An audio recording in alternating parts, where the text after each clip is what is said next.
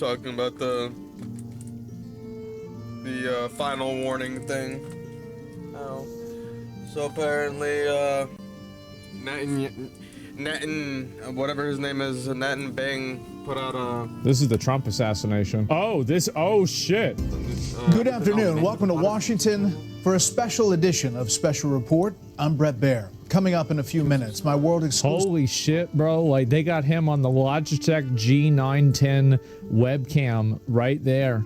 It's a G910. Damn. They are down bad. He looks stressed? Yeah, probably because they're bombing his country. Like, if I was him, I'd be stressed too. Because of the bombs. With Israeli Prime Minister Benjamin Netanyahu, the I'd be really stressed. Israeli strikes on Iran began. But first, this afternoon, Fox News alert the growing conflict in the Middle East. Israel launching a third day of airstrikes across Iran. Israeli officials advising Iranians to evacuate arms factories and threatening to use even greater force. Iran saying 128 people have been killed, 900 wounded. Did you see his eyelids? I know where you're going. We've had enough conspiracy shit so far today. Let's just watch the fucking interview, okay? I know exactly where you're going. Farm. The Islamic Republic responding with missile attacks of its own, which have killed 13 people, wounding more than 360. Iran's foreign minister saying today his country will stop its attacks if Israel stops theirs. Let's get the latest now from Chief Foreign Correspondent Trey Yanks, live in Tel Aviv. Good afternoon, Trey. Brett, good afternoon. Since the conflict began, Iran has launched more than 250 ballistic missiles into Israel. Overnight, 11 people were killed when some of those missiles slipped past air defense systems. I just find it to be shocking that it was only 11 people. I mean, I guess, again, they all were, like, under shelter, but, like, still. I would have expected it to be, like, hundreds. To residential areas. Hundreds more have been wounded. When we arrived at one impact site this morning, rescue crews were combing through the rubble of an apartment building in central Israel looking for survivors. One man in his 50s named Meir was still trapped as his son, who had been wounded in the attack, waited to learn the fate of his father. God damn. Right now, rescue workers are digging through the debris following that Iranian ballistic missile attack that targeted. Holy fuck, dude.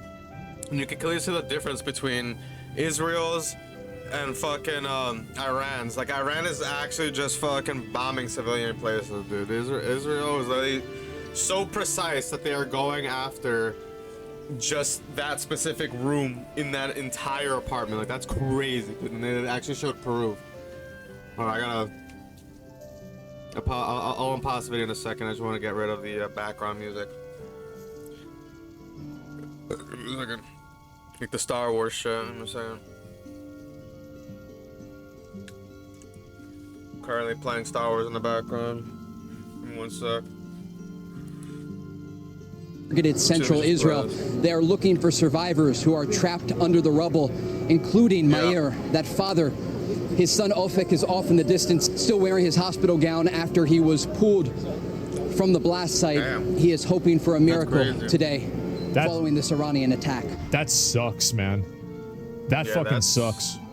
That's sad. I would not want to be him, dude. Israel is responding to these recent attacks with more airstrikes targeting both military and energy positions inside Iran. Iranian media reports 128 people have been killed and 900 injured. We know among that list are Iranian nuclear scientists and top IRGC commanders targeted by Israel.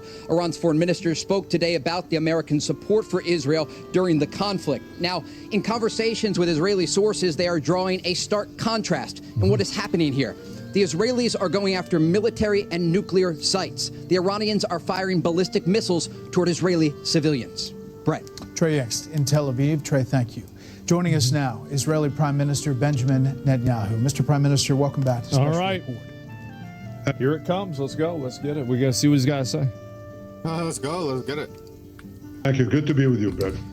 First of all, let me start at the beginning. Why did you launch this operation now? Why do it? Because we were facing an imminent threat, a dual existential threat. One, the threat of Iran rushing to weaponize their enriched uranium to make atomic bombs with a specific. I think that's legitimate. I think Iran was trying to do that. Yeah. Specific and declared intent to destroy us. Second, a rush to increase their ballistic missile arsenal into the capacity that they would have 3,600 weapons a year, new weapons within 3 years, 10,000 ballistic missiles, each one weighing a ton, coming in at Mach 6. That's a lot. Right into our cities, as you saw today. And then in 6 years, 20. I feel like this is, how many of you guys feel this way? I totally see why Israel attacked them. I can totally see why. Yeah, Sure. dude, their own neighbors don't even want them to have fucking nukes. Why 100%. would anybody else want them to have nukes? Like, just 20,000. Just think about that. That's no country can sustain that, and certainly not a country the size of Israel. So we had to act. It was the 12th hour. We did act to save ourselves, but also I think to not only protect ourselves, but protect the world from this incendiary regime. We can't have the world's most dangerous regime have the world's most dangerous weapons. We're protecting ourselves, but by doing so, we're protecting many others. You know, I just want to. I think that a lot of people probably, there's a degree of this that's true. Like, is it true enough that I want to send them a bunch of aid and money? No.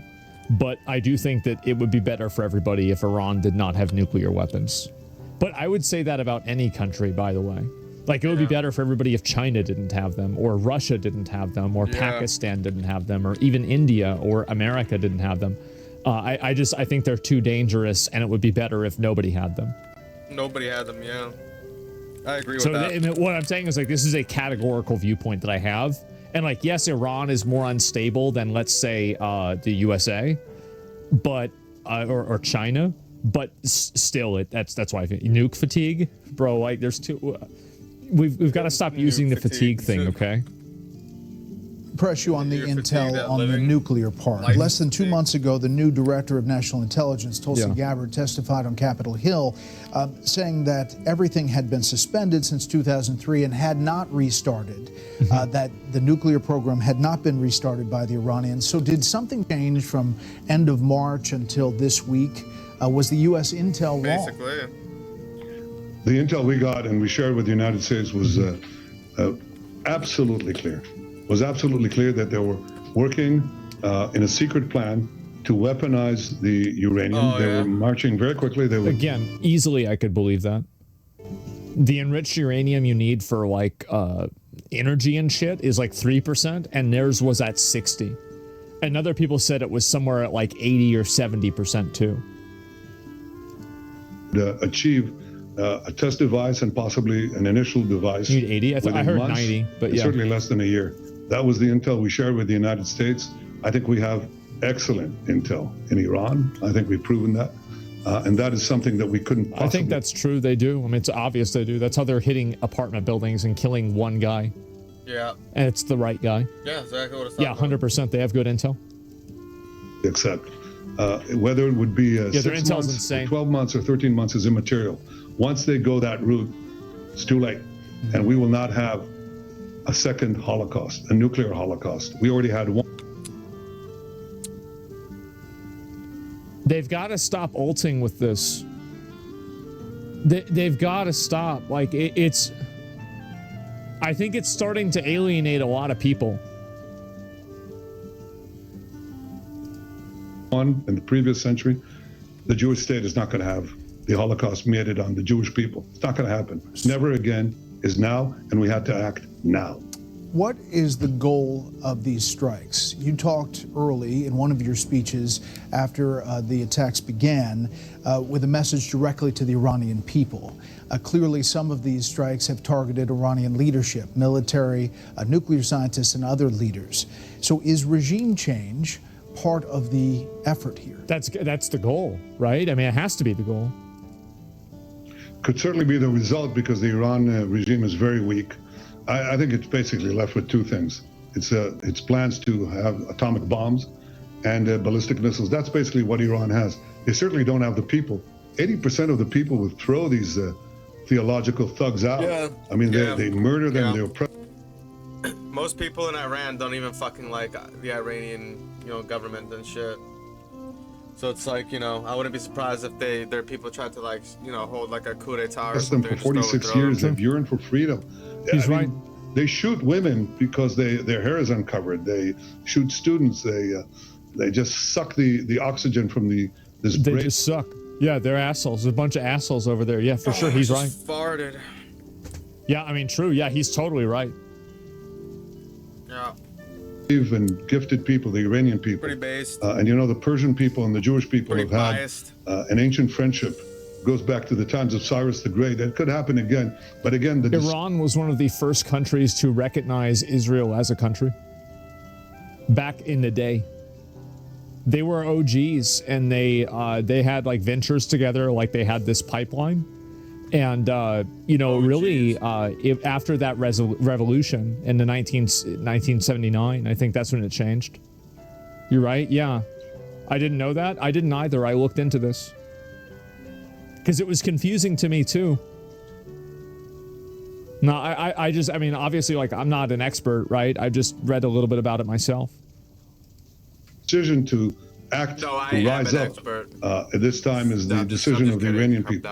We decided to act because we saw enough uranium, enriched uranium, for 9 bombs. And all they had to do was weaponize them. We stopped that. We're attacking their nuclear sites. We attacked their chief nuclear scientists working. It's like Hitler's nuclear scientists. Would you leave them? Of course not. 2 volts so far. You'd think it would be on cooldown. We attacked their top command. I can inform you, Brett, that moments ago, we also got the chief intelligence officer and his deputy in Tehran, because we're now over the skies of Tehran. Our pilots are brave. I think the point that I'm making by saying that is that I think that the constant guilt tripping about what happened in World War II that was awful is wearing thin on a younger audience that has a looser and looser connection to the current events reality of it happening. Yeah. And that's getting so old. Yeah, that's what I'm really trying to say is that, like, you're looking at, like, for example, like if you're 25 right now, like you're a guy that's 25, like maybe your great grandfather, like think about, okay, so if you're 25, you were born in the year 2000, 1945, this was like what, 60, 70 years ago, something like, 60 years ago.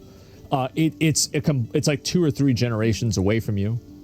And I think constantly referencing back to that over and over, you think about like World War I messaging for people that are like around our age, right? Like 30s to 40s. I don't really think a lot of us would really have or put a lot of stock into that, would we? Like I wouldn't, because I'm like, oh, this happened a really long time ago. Well, I think the same thing's happening for the younger people that feel this way about World War II. Same as slavery arguments? Yeah. Yeah, I think that's happening as well. And like as the farther away that we get from, slavery, the Civil War, civil rights, Rosa Parks, etc., these things become less current events, and it becomes increasingly harder to emotionally weaponize these events in order to make people take up a cause. Like, do you guys see what I'm saying here? Because I'm seeing a tremendous amount. I don't know if you guys are noticing this, but some of the most extreme conservative people and people that are like aligned with, I mean, I don't like using this term, but like extremely right-leaning national socialist, like Nazi adjacent stuff, many of them are under the age of, I'd say, 25, especially under the age of 30. It's a very young movement of people. I think it's more important events in our generation versus early mid 2000s. And here's what I think is even more interesting about it. And this is the last point. I'm sorry I'm going off on a tangent, but I just want to talk about something that I've observed. So you're seeing this massive resurgence of extremely right-wing men that are young, like 25 and under.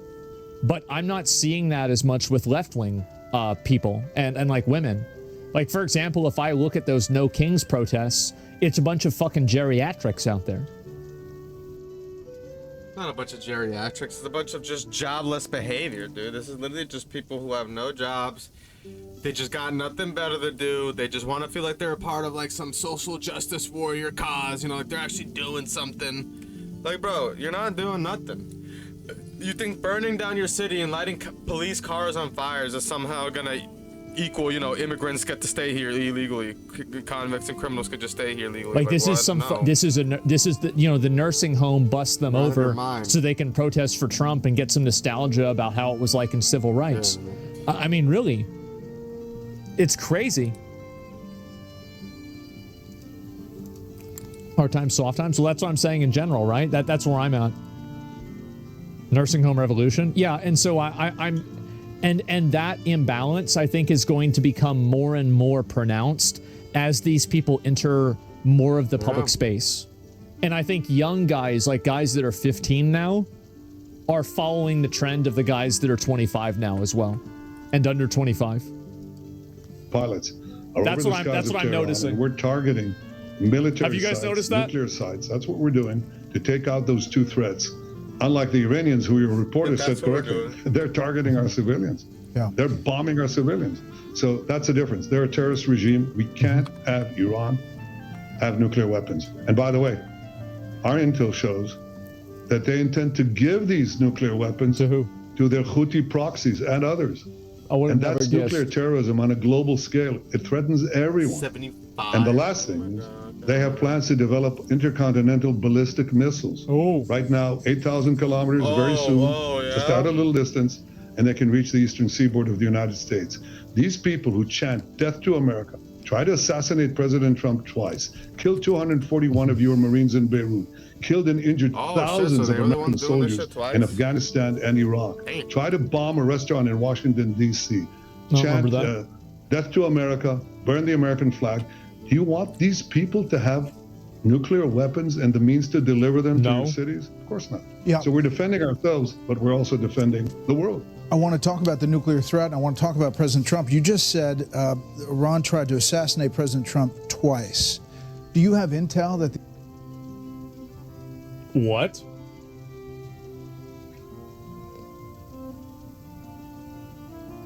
Wait, what?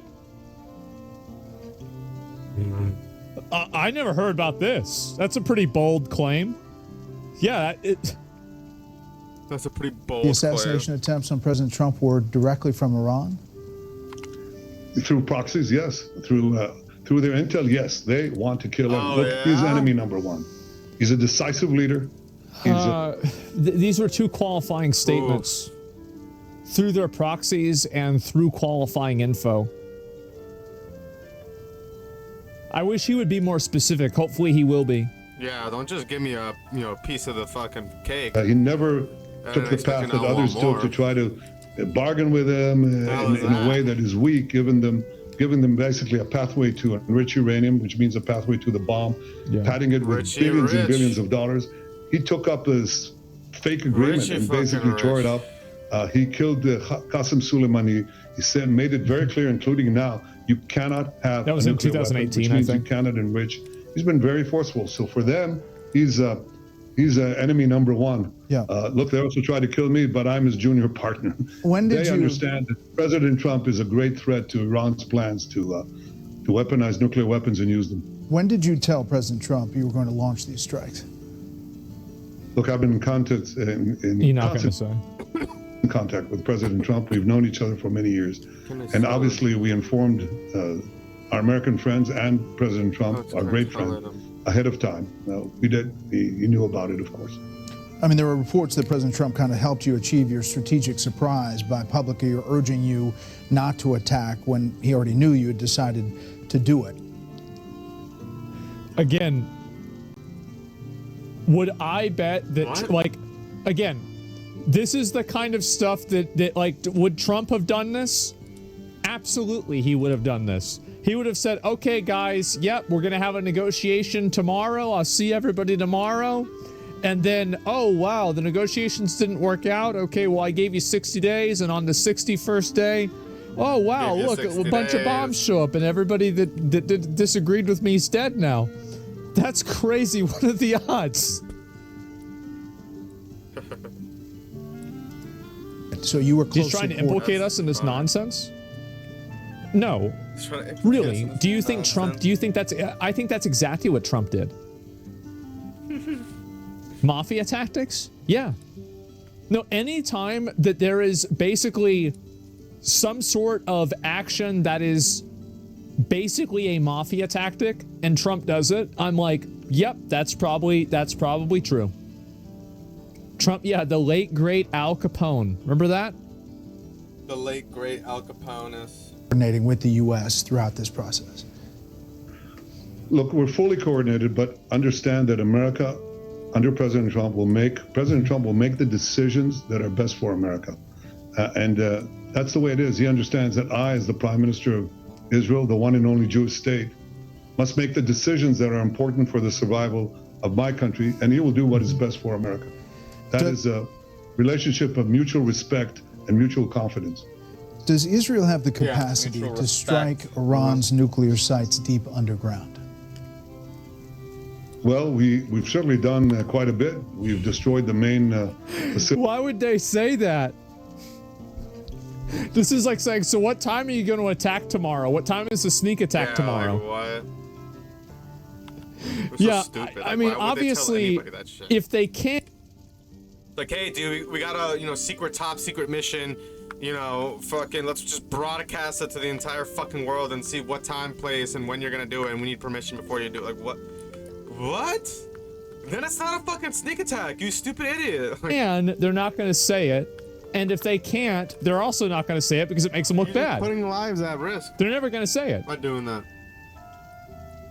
The one and only? What? Is there another? Oh, the Jewish state? Oh, as far as I know, like the U.S. is doing it. Israel. Jesus. The U.S. Israel is the only Jewish state. That's what I meant to say. Israel is the only Jewish state. Facility in Natanz. That's the main enrichment facility.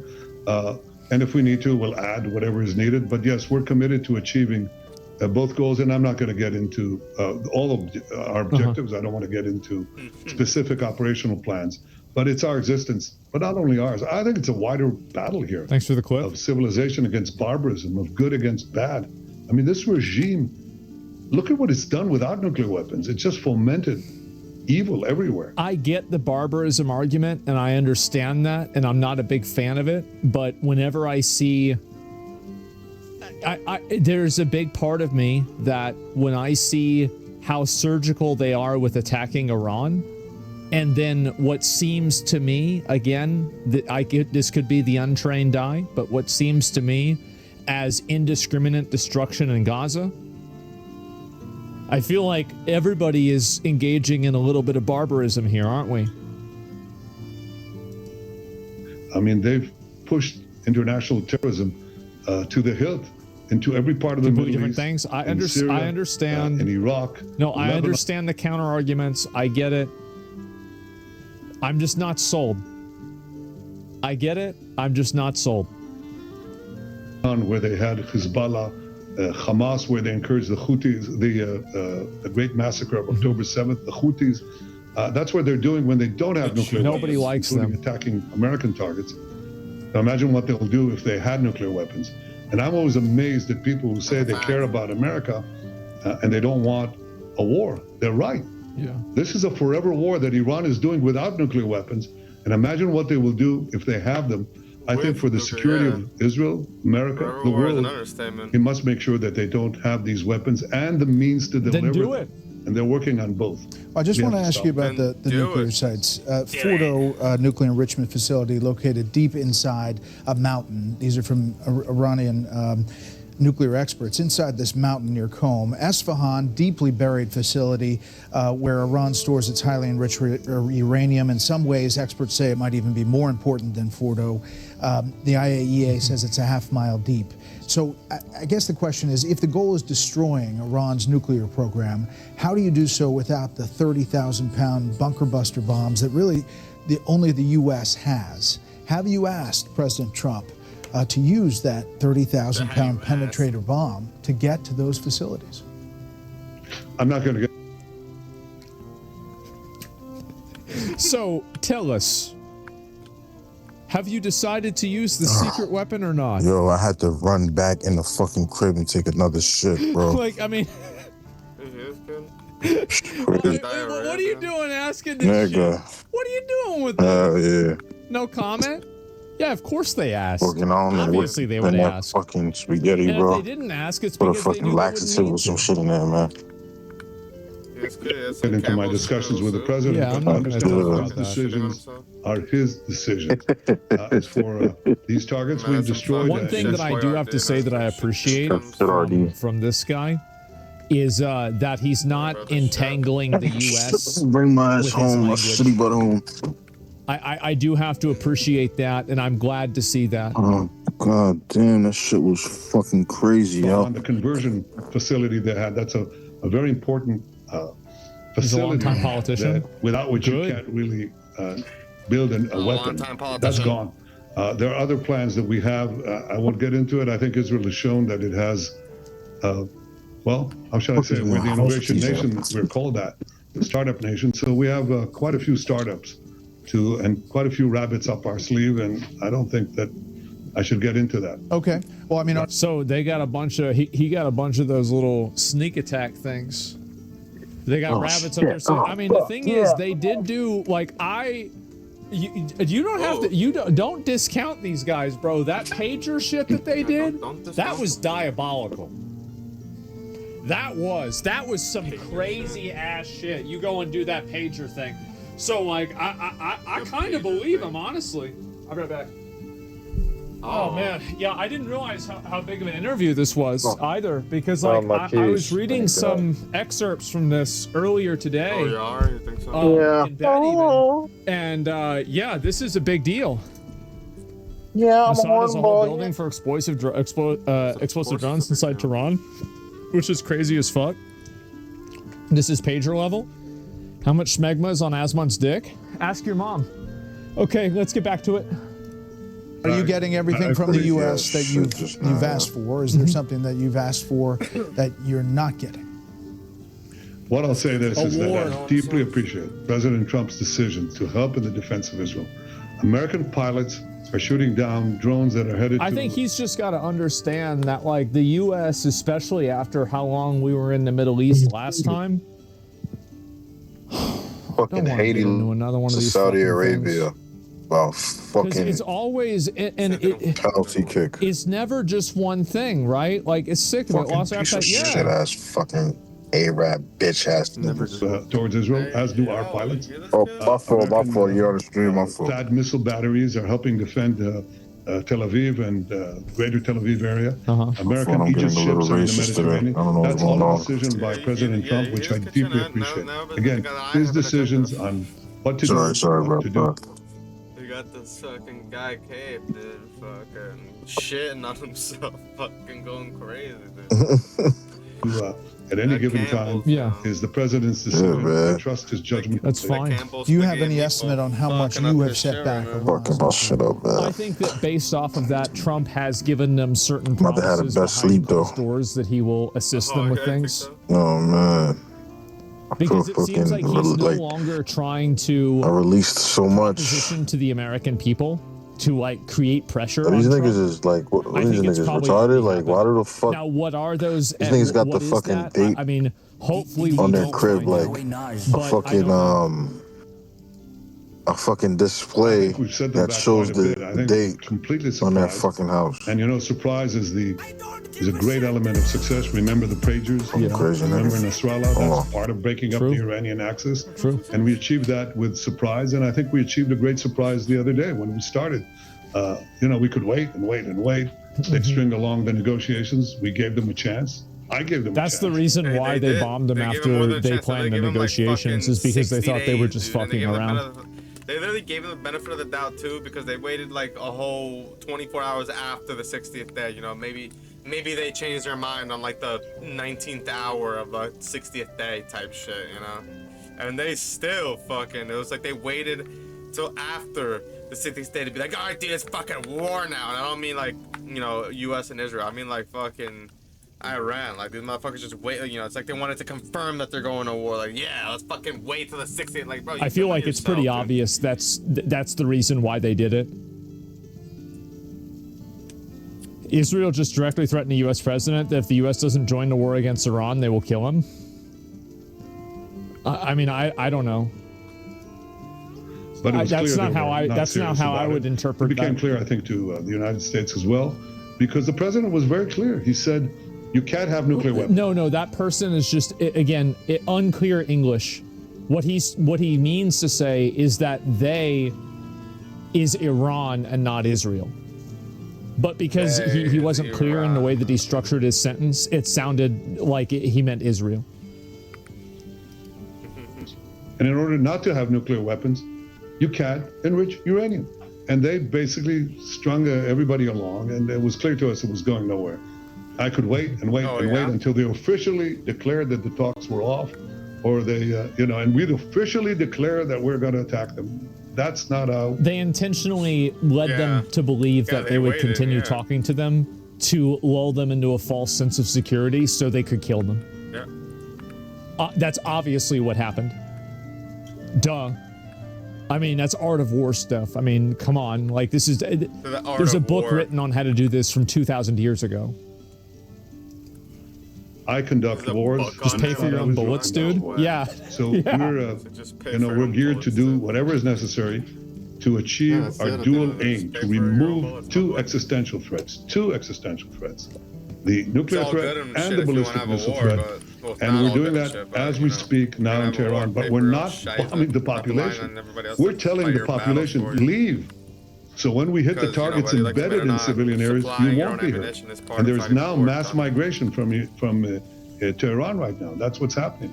So because we're giving them forewarning. Mr. Prime Minister, what proportion of Iranian air defenses do you think you've taken out? Back in That's October, a good question. The air defenses That's a great were really question. Decimated. Now you say you have kind of control of the skies as you're picking these targets, yet these missiles and drones are still coming your way as they attack. Yeah, how the fuck did so many missiles hit yesterday? I never seen the Iron Dome fuck up that bad. That's a lot. As you point out, civilian areas inside Israel.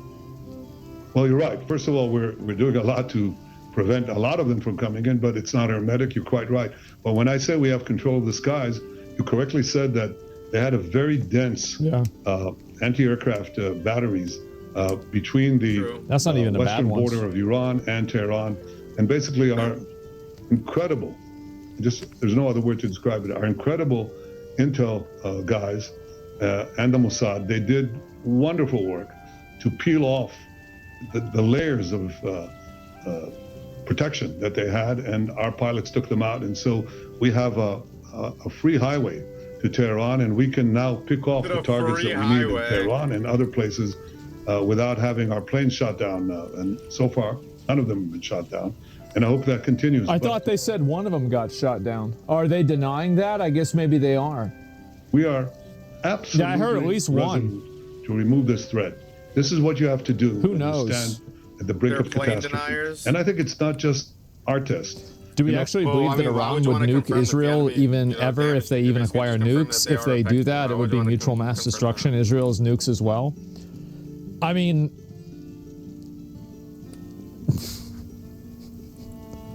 Iran has a history of saying things that aren't good about Israel. Aren't true. Things like Israel shouldn't exist. We're going to destroy Israel.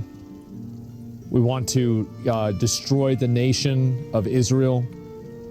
Like things like that. I mean, that would, I mean, bro, that's the enemy. That's kind of a lot, right? Yeah.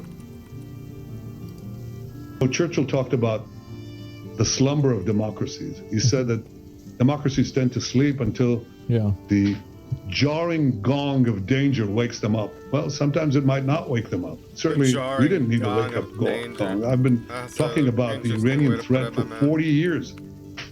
3 years, I think, 4 years after the Iranian regime, the Ayatollah regime, hijacked Iran and the people of Iran. I said the greatest threat facing Israel and potentially the world is this regime that will try to arm itself with nuclear weapons. And I've devoted a considerable part of my life, in fact, most of my life, to preventing that. And when the gong of danger sounds, and you know it's the last moment, it's the 12th hour, you've got to act. That's what responsible leaders do. And what I want, I don't blame him for attacking Iran. If I were in his position, I probably would have done the same thing. I mean, I can't know that because like he knows a million times more about it, but like based off of just like my layman's perspective, yeah, of course they would attack them. Yeah. What I seek is that the entire world will do what President Trump is doing. He's standing up for good against evil. He's standing up for the right against the wrong. He's standing up for good against bad. And I think that's very admirable. I salute you for it, President Trump. The president's also, however, Mr. Prime Minister, calling for Iran to get back to the table. Yeah, he definitely knows the fix is in. I feel like that's the vibe I'm getting. Table. You don't seem to be saying that that's worth it. How does this end? Well, in fact, I said it is worth it if they'll do what the president wants, and that is eliminate their enrichment capacity. You know, that's a lot better than my country, my forces, my brave pilots having to do it. It's much better than our Mossad operatives on the ground having to do it. But if they don't do it, and they certainly didn't want to do it, it became very clear. We had to act. We don't wait until we have a nuclear holocaust. That's not going to happen again. So how does it end? Well, it'll end when we remove those capacities, and we will. I don't think that'll matter if you remove the capacities, because you're still going to have the same exact people that are running it that are going to try to do it again or try to do something else similar to it. The problem is the people running the government there. It's not like the nuclear weapons are obviously an enabler for bad actors, but it's mainly the government there that's the problem. Regime change, yeah, that's the goal. Yeah, they gotta get these the people die soon too. Yeah, I mean, like people the main guy will. He's 86, right? I mean, 86 is pretty old. Finally put down what they want. You stop short of killing Iran's civilian leaders, just military commanders. I mentioned nuclear scientists, but not the supreme leader. No. There was a Reuters report just moving saying that President Trump in the last couple of days vetoed an Israeli plan to kill Iran's supreme leader. So he just bringing it up directly. Damn. And to 2 U.S. officials. Is that true? Actually, there's so many false reports of conversations that never happened, and I'm not going to get into that, but I can tell you, I think that we do what we need to do. He did.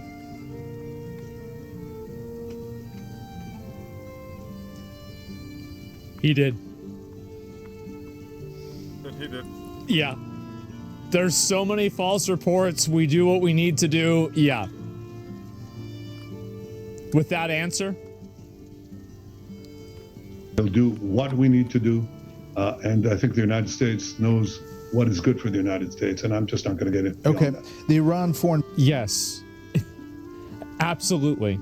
Because I think that Trump is probably worried, and this is a very fair and reasonable worry, that killing the leader of Iran will create a power vacuum in Iran that will create a destabilizing force, that will create a new terrorist organization. And now it's basically you cut off the head, and now there's 2 more heads.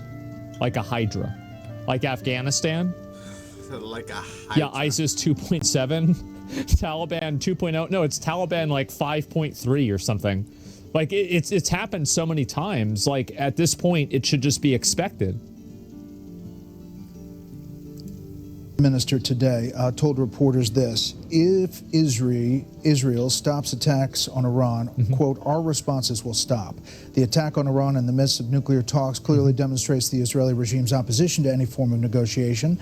Of the canceled talks that were intended to take place today, he said Iran would have presented a counterproposal that, quote, could have opened doors for an all-out agreement with the Americans. So, as again, the foreign minister saying, if you stop, they will stop. What's your response to that?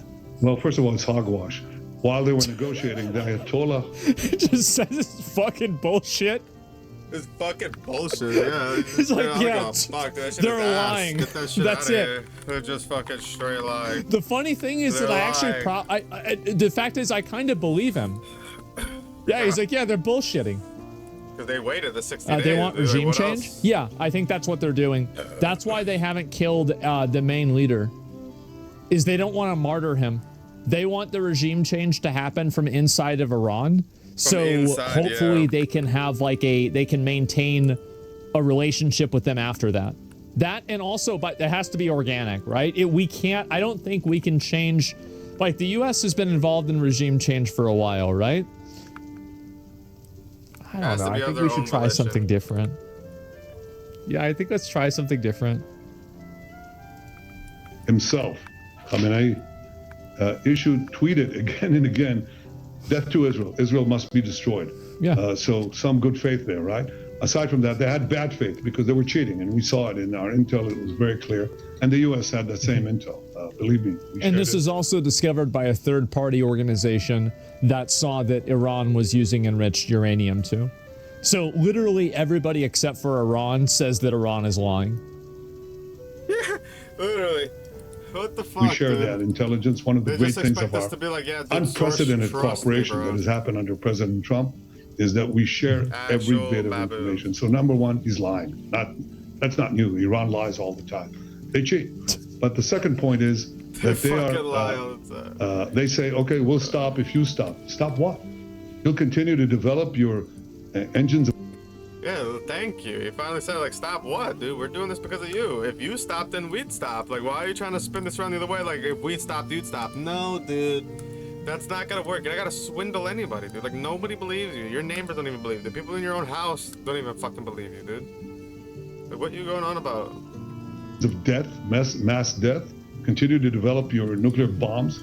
Continue to develop the ballistic missiles, like the one that fell in Tel Aviv, near Tel Aviv today. I was there, you know, the whole building just slammed through. Children sleeping in their beds, killed. Women sleeping in their beds, killed. Horrible stuff. Yeah, they'll stop and continue to develop the means for our extermination. That's not going to happen. So obviously, that's not said in good faith. The issue here is not de-escalation. The issue here is not ceasefire. The issue here is stopping. So basically he's saying they're not going to stop the bombs. The bombing will continue until morale improves. Or until the regime changes. So morale improves, that's basically it.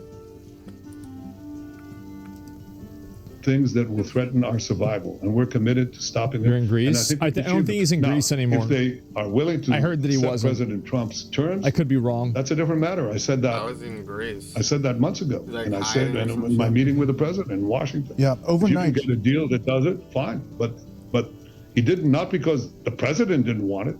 It's because Iran didn't want it, and they cheated. Overnight, you expanded your airstrikes to include oil and energy infrastructure in Iran. Is that a different phase? What's the point? They cheated. Well, this was an oil container. They didn't let me get the It wasn't a production site. But it merely means that we're ready to take whatever action is needed. And of course, we'll take some of those actions in response to what Iran does to us. But as I said, our main targets are the military and nuclear targets, and we're taking them out with the precision and with purpose. You know, we're not hearing much harsh criticism from the Gulf Arab countries. There have been some statements. Saudi Arabia putting out, the Kingdom of Saudi Arabia expresses its condemnation, strong denunciation of the Israeli attacks that targeted the Islamic Republic of Iran, which violated sovereignty. These attacks represent a blatant violation of international laws and norms. That was early on, but not much since then. No, I don't think they really give a shit. Yeah, I don't think they care. Saudis are happy about this? Yeah. Oh no. Anyway. How do you judge? Everyone hates Iran? Yeah, it seems that way, right? And yeah, Saudi Arabia literally allowed them to use their airspace. What? Yeah. I think also, like after all those meetings Trump did with the guys in the Middle East, the last thing they want is to get behind, like, I mean, he just locked in a bunch of money for them, and they locked in like trillions of dollars of trade. They don't want to fuck that up. That's the last thing. Also, by the way, it's raining kind of hard outside, so if I go offline, that's the reason why. It's raining. It is. To what's happening. It's nice. Oh, yeah, it's very nice. It's cozy. Well, I'll leave that to them. They can, nice. they can speak for themselves. But I truly believe, that we have a great future. if we take out Iran. Iran has been the systematic fomenter. It's not even taking out Iran. It's taking out their government that's hated by their people. Yeah. Sabotage. Like, terrorism. I would not. What do you guys think? Where do you think Iran's government has a higher approval rating? Western leftists or Iranian people?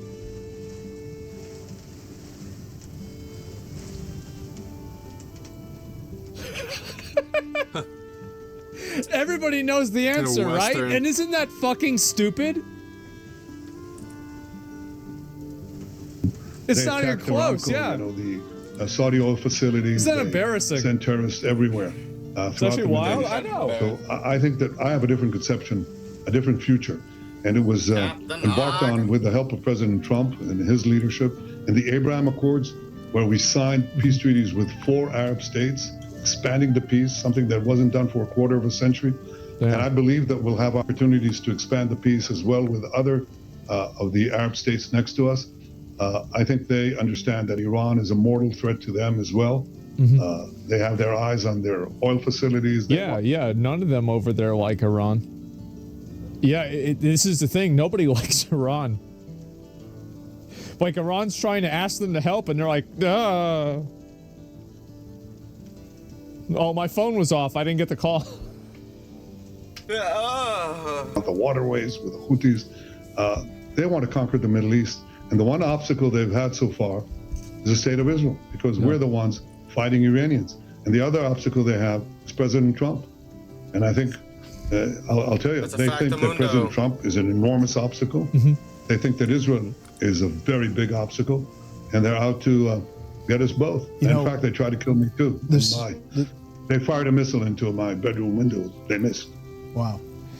The Saudi Wait. What? To get us both. In fact, they tried to kill me too. They fired a missile into my bedroom window. They missed. Wow. They missed?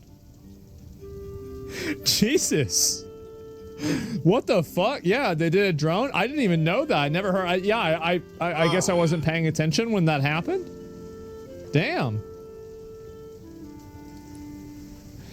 The Saudi Crown Prince, as you remember, in September of 23, told me he was getting closer every day to recognizing Israel and normalization. The very next day, you repeated that to me. Take a listen. Reports that you had suspended talks. No, that's not true. Not true. So you think, if you were to characterize it, are you close? It's pretty obvious, like, he just doesn't want to. Like, I the thing where he killed the journalist was not great, but overall, I really like this guy. I think that he's got, I think he's got his head in the right spot. That's a no-go. I do. It's closer. I know you heard those words from the Saudi Crown Prince. What was your response? Well, I was delighted to hear what he had to say. He is. To borrow a phrase, I think we're getting closer to peace every day that passes. Obviously, October 7th was just a few days later. Can you get back to that moment, pre-October 7th? I think what you heard was correct. One of the possible reasons for the timing of Hamas's attack, and remember, Hamas is one of Iran's terror. There's a Washington Post journalist actively trying to subvert his nation, not saying they deserve death, but I understand their point. You shouldn't go to Saudi Arabia and start shit with them. Like, they literally have a sword on their flag. Yeah, like what? Yeah, what were you thinking? Literally the dumbest idea you could have. I wouldn't have done that either.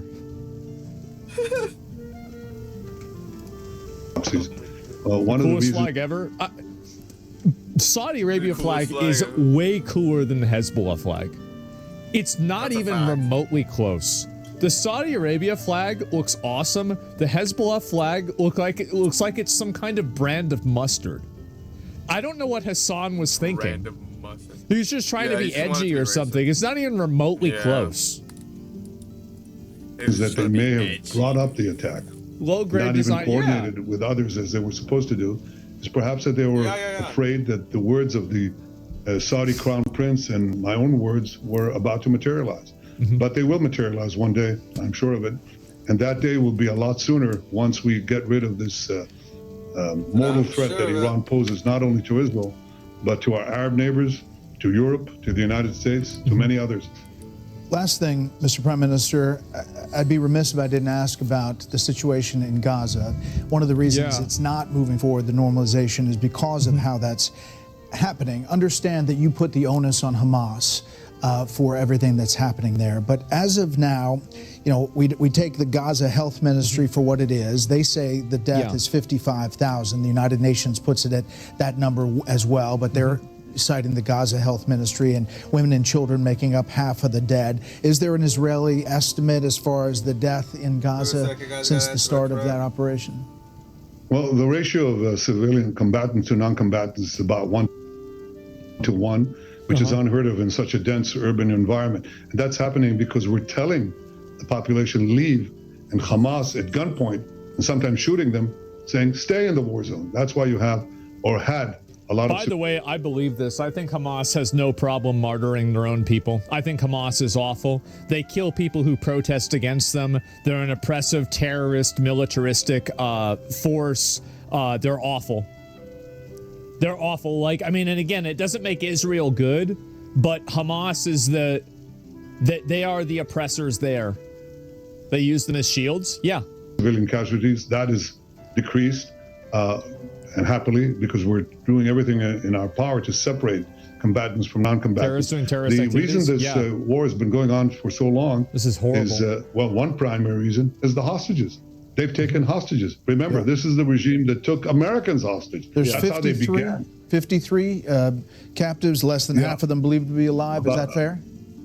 20 are alive. The rest, unfortunately, are not alive. Wow. But you know, we started out with, dead. We've already brought back 202 hostages, most of them alive.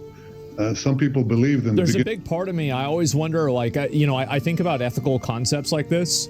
Is it ethical for them to continue this ongoing war that kills thousands of people in order to hopefully negotiate for the lives of 20 people?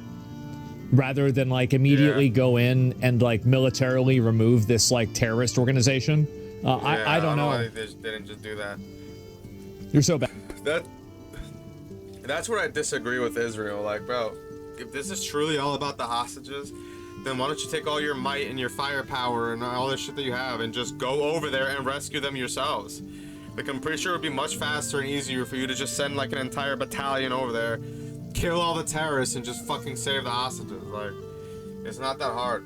You don't have to be fucking bombing, you know, all this bias towards Israel. Hamas are terrorists, and so is Israel. You have no idea about colonialism. Hamas is terrorists. Okay, so then you agree. Yeah, they're bad. Yeah, that's what I was saying. That's my whole point. Beginning of the war, in fact, the most senior military people, they said you would be lucky if we got one. And I said, no, I don't think so. I think that a combination of military and diplomatic pressure will get us, we can get them out. And I'm committed to getting all of them out. I've said 2 days ago, I've instructed our people to try to resume the negotiations for a ceasefire that would enable us to take Steve Witkoff, the American envoy, has made an offer to begin. I don't think they're going to get a ceasefire. I think as long as Hamas is there, they're not getting a ceasefire, because Hamas, their power structure is through fear and war. The moment the war ends, people are going to hate them. They might get killed, and also they lose a lot of their power. They're not going to let this war end because this war is this is the reason why they exist. Yeah, pressure Qatar. Yeah, that's it. Though. A 60-day ceasefire in which half of those hostages would be released right away. And I said, yes, we're ready to go. There's been some development there. I hope we are able to do that because I'm committing to getting them out. And I'm committed to getting them out and also to separate then just do it already, Hamas dude. from controlling the humanitarian aid that we're trying to give the people of Gaza. And you saw people from Palestine complaining about this, about how Hamas basically acts as the only liaison to the Palestinian people, and Trump, big W move by Trump, subverted that and started giving aid directly to the Palestinians. Because that's the problem, is like, and if you're a Palestinian, like, Hamas is making this a lot harder for you. They're trying to give, yeah, sure, and yeah, Hamas even raids the aid trucks. Yeah, exactly. He doesn't want to stop because there's still Palestinians there, and he can't build Israel settlements because they rob it, they steal it, and then they take a good chunk for themselves, and then they hike up the prices and give a pittance to the civilian population. So we have a plan that we devised with the help of American firms to separate the giving of the humanitarian aid to the population from Hamas control. That is a really good idea, and I think that's how you beat them. Is it, again, it's another thing like Iran. Like you can't just rely on, you know, okay, well, we're just going to go in there and just like kill all of these terrorists, right, with the military. Yeah. You have to empower the people to do that themselves. Israel and human treatments Palestinian for 20 years is what built Hamas. Israel is bad. Like, like, I'm talking about Hamas being bad. Like, I think that we've already established that Israel could do a better job and is bad in terms of how they've treated Palestinians. This is already a defined reality. Like, we don't need to discuss that because it's already certain. But the reality is that Hamas is oppressing its own people. They're doing it to their own people. People who speak out against Hamas, they kill them. Yeah, it's like, you know, you're supposed to be fighting for these people, so to speak. You know, you're like a freedom fighter or whatever, and then you end up killing your own people. So, like, what are you even fighting for, dude? You're just like a fucking... I don't see how, like, anybody can't see this. It's crazy that, like, in the U.S., people have gaslit themselves into supporting literal terrorists.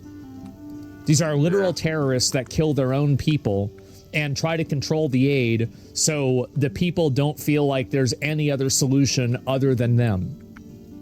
They're awful. And we're accused of starvation policies and all these other demonizations and vilifications against Israel. Look, we're a democracy fighting an island in the sea of evil, and we're doing what we can to remove this proxy, this Iran terror proxy as well. But the big problem, the big question for Israel, for humanity, for the world, for Israel and the United States. Somebody said, watch you talking about Israel is so frustrating, you're so biased. Everybody says that I'm biased, and everybody getting into this. You're not calling Israel terror. It's always your bias because you're not supporting terrorism. Like, it's fucking crazy. Like, what are you talking about? Hamas are the terrorists.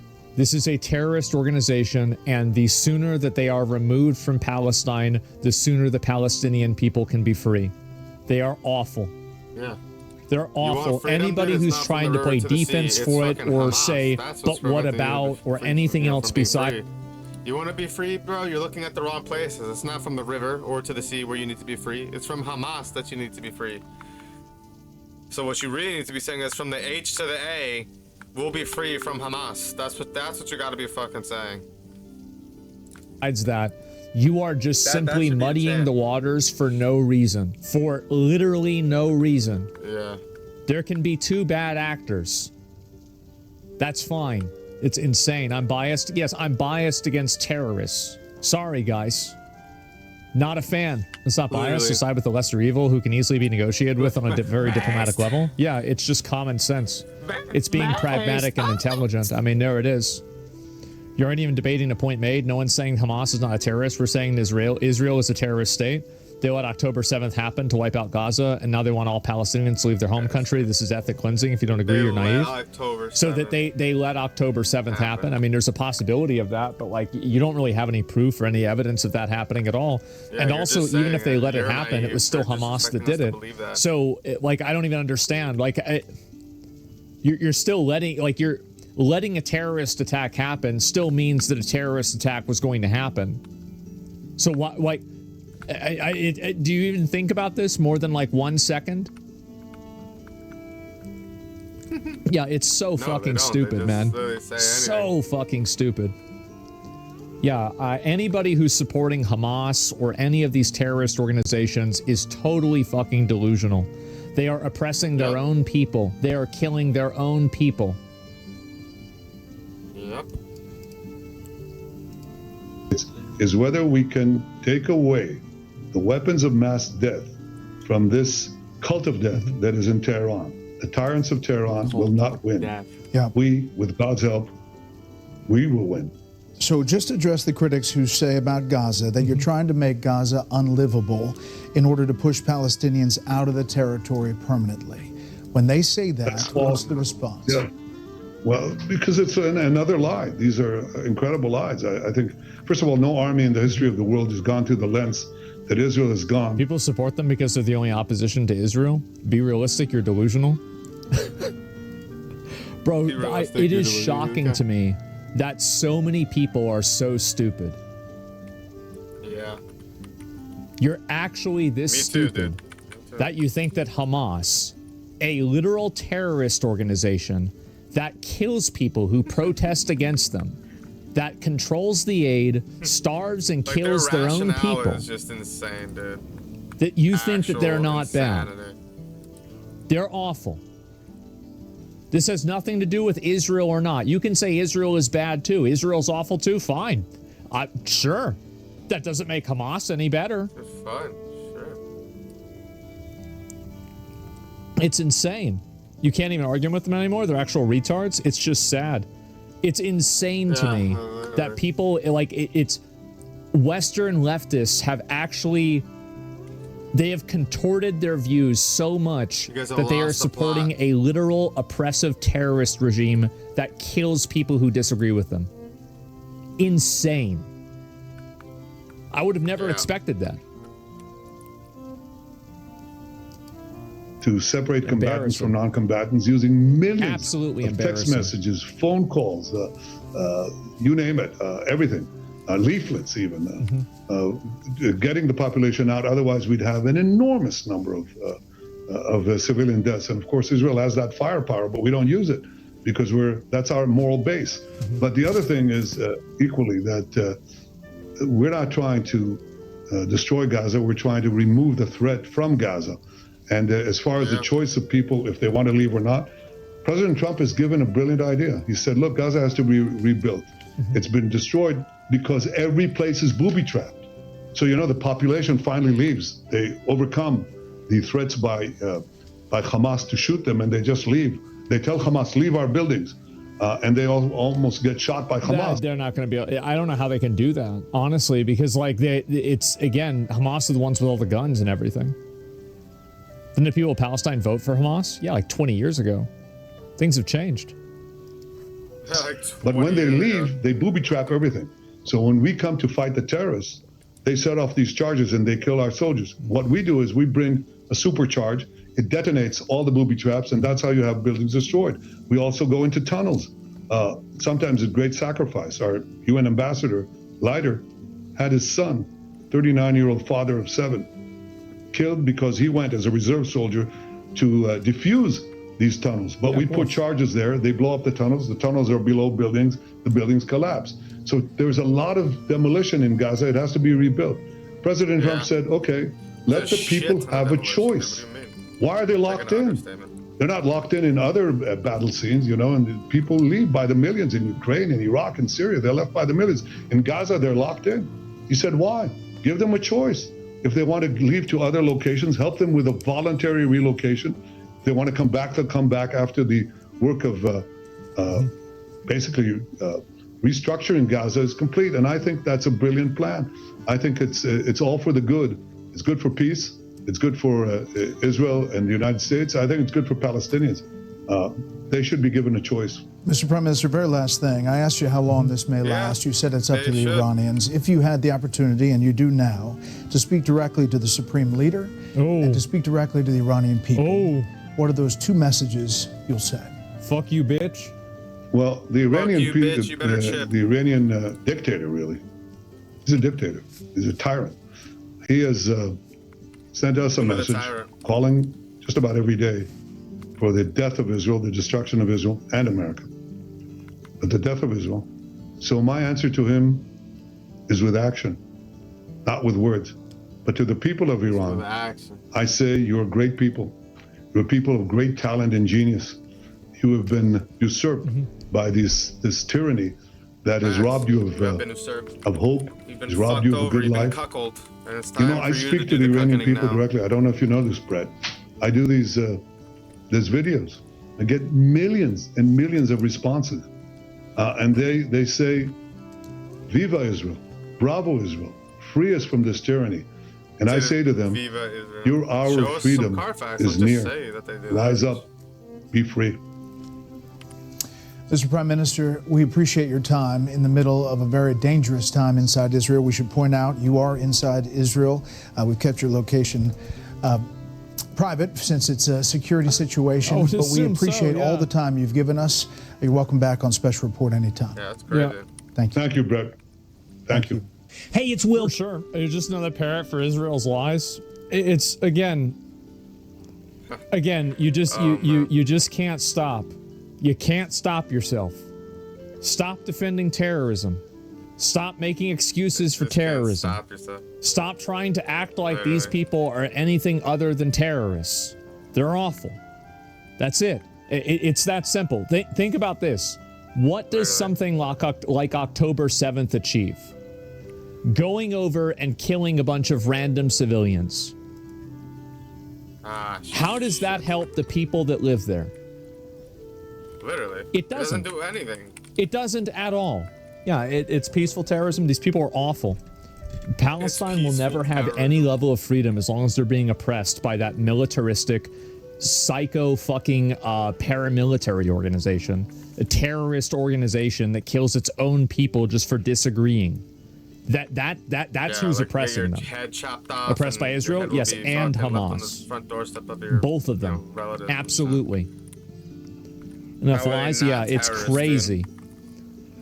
And you better deep dive in history. How Israel was created until now to know what's happening. Israel, the ones that turned off the water and stuff. All I ask is do more research in your own time. You're not asking me to do more research. You're telling me that I'm wrong indirectly. No, it's not about doing more research. You don't need to do research to see that killing people who protest against you and randomly killing civilians indiscriminately at a festival is evil. This is a bad thing to do. I don't know what type of this doesn't, and also it achieves no goal. It doesn't do any. It does not accomplish anything. It doesn't move forward. Like if these people are acting in the best interest of Palestinians, how does that work in their best interest? It doesn't. It doesn't in any way. All it's done is make everything worse. It does not, Marmaduke. Yeah, that's ultimately like the other thing too. It's like I don't know why these people are so hell bent on fucking defending these people, dude. Like, what do you even gain out of this, dude? Like, what? Like you're just out over here defending, you know, fucking murderers and shit. IDF confirms new strikes in Tehran this morning. Look at that. As Israeli crews are searching for survivors of the Holy rubble shit. after deadly Iranian missiles killed 10 people Israel. and injured hundreds others. Damn. Alex Hogan is live on the ground in Tel Aviv with the very latest. Alex, good morning. Yeah, that's fucking good morning. We're getting some breaking news right now. An alert has gone out to the entire country here in Israel, telling people they need to get close to a shelter. If sirens do go off, we're going to move into one of these buildings and take shelter, as there is the belief that there is likely an incoming attack. This is after we have seen widespread devastation in this neighborhood. This is Bat Yam in the outskirts of Tel Aviv, where one building behind me, a residential building, a large apartment building, was the scene of a direct hit. But as a result, all of these surrounding homes, all of the surrounding residential and apartment buildings have been completely destroyed. The windows broken, the doors mangled, the roofs either partially or fully blown off as a result of this direct hit. This was the scene overnight of some of these. That is wild. Look at that. Holy shit. Acts that we saw of Iranian missiles, some of which were able to breach Israel's air defense systems and create direct hits like this. We are now also learning of the increased number of dead. As many as 11 people have died in overnight strikes. That's because of, I'll show you this footage here, some of the drone footage of the area. I'm surprised it's not more. I mean, really, like if only 11, like this is a fucking, yeah, this is a bloodbath. I would expect it to be way more. Where I'm standing, search and rescue teams have been going through the area, combing through the rubble, and have just uncovered another body, another grim part of the news of the dead that we have learned of in recent days. Children are among the dead here in Israel. And we talked with the international spokesperson of the police, who says they had to use drones, canines, to comb through this area and search for survivors. Take a listen. What happens next? What happens tonight? Are you preparing to see, unfortunately, attacks and scenes just like this tomorrow morning again? Well, I can't see the future, but I can tell you that the Israel police is prepared in the event that another barrage of rockets targets our civilian communities. Like I told you, we're on high alert, but we've also recruited 7 battalions, reserve battalions of our border police to help reinforce our units that are on the ground so that we can be in all areas of Israel. And if there's a rocket strike, missile strike to a certain residential community, we can get there as fast as possible. Time is of the essence when it comes to these things. We want to get people medically evacuated as fast as possible, provide service to anybody that may be trapped. I would hope so. And that's what we're going to continue doing. So we've seen a massive police presence here throughout the morning. Medics, again, going through this area door to door. It's common sense. You're seeing all of them right now evacuating this area, getting themselves to shelter, something we are going to do as well. If those sirens do sound off here in Tel Aviv, meaning that the city will once again be under attack. And it would be something that we have not seen in recent days. Typically, these Iranian missile and drone strikes have been happening at night, but for those sirens to take place during the day, it shows just once again the changing experience that Israelis are living through amid this escalation here in the Middle East. Back to you. Thank you, Alex. So obviously, you know, what we're looking at behind you is evidence that the Iron Dome did not get all the missiles that were that were incoming for Israel, and it's not the only. Those are not the only. That's not the only missile that sort of got past the Iron Dome. There's a lot of them that did. Like, I feel like they hit Israel like probably 15 times yesterday. It was way more than I had expected, because they had those super fast missiles and it just got in there. Yeah. Yeah. It was like 8. Some of the 8 total. I thought it was 8 in one attack. It felt like more like it was like 15 to me, but like maybe you're right. Sorry for repeating. I heard some reported theories that maybe Israel is allowing some missiles to get through as an excuse to escalating the regime and overturning an attack in Iran. Thoughts? Oh my god, what is all these conspiracy theories, dude? It's like one conspiracy after the other. I don't think that you should, like, maybe. Unless you have actual solid I mean, evidence, there's historical precedent for that with other things. Stop making up conspiracy but theories. I don't know. It's highly unlikely that would be a 200 IQ play. Has evidence that, you know, it does happen. Well, I always had, and I don't. Sometimes I feel like I don't even want to say this because I feel like I might get in trouble. But it always seemed very odd to me that Mossad can have the highest level of counterintelligence in the world, or at least equivalent to like probably like what China and maybe like, I don't know, maybe like Lockheed Martin has or something, or Palantir and America has, and they didn't see October 7th coming. Yeah. Yeah, I don't know. Weird. I don't know. I mean, but then again, fucking, you know, it's just like 9/11. Like, we saw 9/11 happening, like, you know, months before, like, with the whole Yemen thing and shit. And that's why people think, you know, America did 9/11. Like, the same thing. I mean, yeah, who knows? And again, I'm not trying to be like, oh, I'm just asking questions while like saying, like, I'm trying to imply that like, oh yeah, they did this for sure.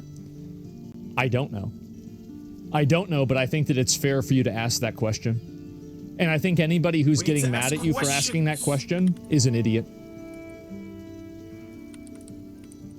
With the amount of false flags that have happened, and they've been allowed to happen by different governments in order to facilitate and begin wars, to rule that out categorically is naive.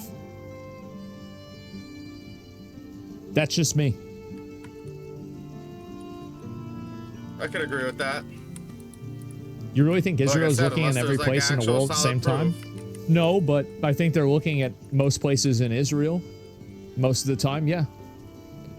Like, in my opinion, I feel like this is just me. The Israel intelligence is so fucking good that they can surgically remove a single apartment room to kill a specific person. They killed every person in leadership across multiple different terrorist organizations. They are farming them inside of fucking caves. These people are hiding inside of tunnels. They're still fucking finding them. And then you think that there's a random open air attack. And yes, obviously it could have happened. I don't know this, but for you not to see the dissonance there, I think that, again, I'm not saying this is what happened, but I find that very odd. Don't you? I now apply that logic to 9/11. You're not saying that that's what happened. Oh, do you see? There you go. Saying that you don't. Do you remember say, what me and Penta and McConnell's guild name was? But that it's kind of weird. Do you remember basically that? implying that it is. It's like, bro, you're saying that it is, but you're also saying that it isn't. It's like, pick one. Why did Bush do it? Why did Bush do it? Bushwhacker. Look, bro, like, the kind of conversation, like, I have conversations, like, I'll say that, like, on stream, I can't give my full opinions on this kind of stuff because I would get in trouble. You can ask any of my 100%. Friends my actual opinions on this, like, just not specifically. But I think you can pretty much assume what I really think is going on, right? What is the, and obviously you have Israel, you have the United States. Censored, yes. But there are also other countries that are trying to intercept these missiles. Yeah. They have a long way to go from Iran. It's about 1,000 miles. They're going over Jordan. They're going over Saudi Arabia. Yeah. And we know that those two countries are trying to help shoot down some of these missiles. What other efforts are there? What other countries in the region are working to help shoot down some of these missiles that are incoming? I'll give you guys an example. So at Nick's party, I went to the party and I was like hanging out with everybody. Everything was good, it was fine, and we were having a good time. And then I got together with like a couple other guys, and we were talking about like fucking like the Satanic Bible, like Masonic symbolism, string theory, and like vibrations and mind control for like 2 hours. And then we came back upstairs and the party was over. Everybody had basically left. So yeah, just normal stuff, right? That's it. The best conversations, yeah. And so sound like me, yeah. So and again, that's the tip of the iceberg. So fun guy, yeah. We had a lot of fun. We had a great time. That's the tip and of the wiener. That's it. Fandy said that? Yeah, she was there. To Israel. Oh, we're getting some sirens right now. We're gonna move ourselves to shelter. Yeah. We're gonna follow you, but you can stay with us as we continue to move. So to answer your question, the air defense systems here in Israel, it's not made up just of the Iron Dome. We also have David Sling as well as the Arrow, all of which have different capabilities. Careful here as we move down on these stairs. David Sling is the Arrow? Damn, so they go in with a lot of that Bible metaphor shit, huh? So we're going to move with everyone into the shelter, into the closest shelter. Do they have anything with Samson? That we can find. As a result, these sirens mean that Tel Aviv is one of the cities that the IDF believes could be the center of this next incoming attack. So we have seen a U.S. presence continue No, I meant Samsung. Like for the phones. Yeah, I was talking about with Samsung. Defend Israel as well. We know that the Army and the Navy, they have been using their resources to strike down some of these missiles and these drones that we've seen in recent days. As you mentioned, Jordan the other day. Jordan was able to intercept some of the drones that breached its airspace. But so far, in terms of the international response, really we're seeing Israel defend its skies as well as as the U.S. trying to step in. So No right now we're surprise walking there. into this underground bunker. This appears to be a parking garage, one of the types of areas that would work well because it's insulated with concrete. This is the kind of area, again, similar to a stairwell or a bomb shelter, is the kind of place that people will need to stay until we get the all clear. Alex, I'm not sure if you can still. So they get their hands on the I'm all surprised they blue. don't have bombs that can blow that up, honestly. Damn, they can't even blow that up? Just so we understand, that siren going off, does that mean something is imminent? That something has been spotted in the air? I thought they would. I lost you there for a second. I think I have you back. If you could just repeat that question for me. That alarm going off, does that mean that something is imminently incoming, that there's an active attack? Yes, the initial warning that we got indicated, it went out to the entire country. It indicated that there could be an incoming attack that could interfere with the Israeli air defenses. Sorry, I'm getting some interference in my ear.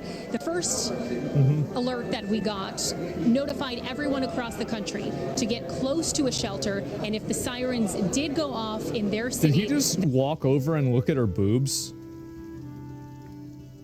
To get close to a shelter, and if the sirens did go off in their city, that would mean that their city potentially could be under attack. So the fact that we just heard those sirens and the fact that we're seeing even soldiers come here to take shelter means that all of Israelis, all of the foreigners, all of the tourists that are in Tel Aviv right now need to be taking shelter. We're also getting a new alert on our phones. All of the cell phones that people might have been going off. So you take a look at that. Oh, Just shit. alerting people. What does it say? Take a shelter. Obviously, this is in Hebrew, but alerting people to get to shelter as quickly as possible. And what we've seen in the past when we've been in this type of situation, we'll wait about 30 minutes to an hour before you get the all clear. So it can take a long time.